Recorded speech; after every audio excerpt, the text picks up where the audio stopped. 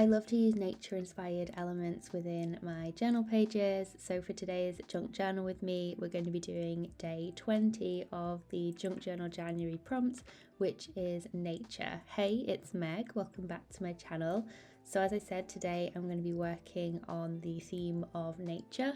And to be honest, it's something I tend to work a lot with anyway in my junk journals, using, different florals, botanicals, all the foliage. You'll see there I've got like flowers and all sorts going on, so it's something that I really love to use as a visual within my journals. I just think it's really fun. There's lots of different colours and options that you can choose as well, but of course for nature it's a really open prompt and you can really go in lots of different directions with it. So maybe you might be looking at forests, or you might be even looking at like beaches and the ocean, or different types of natural scenery that we have around us. But it's a really good way to find inspiration by going into nature. So maybe it might be things that you have picked up on your walks, like an interesting leaf that you've seen, or perhaps you like to press flowers. So that was something that I did want to use for this page. However, I don't have any that I've pressed from last year, and obviously with it being January here, I don't have many flowers around at the moment. So it's definitely something that when I start to grow my flowers this year, I want to make an effort to save some so that I can press them and then use them within my journals. I think that will be a really fun way to sort of capture those and also be able to use bits of my garden within my journals. So different flowers or even leaves as well. So you just pop them in like a heavy book with some paper or some like a napkin around them.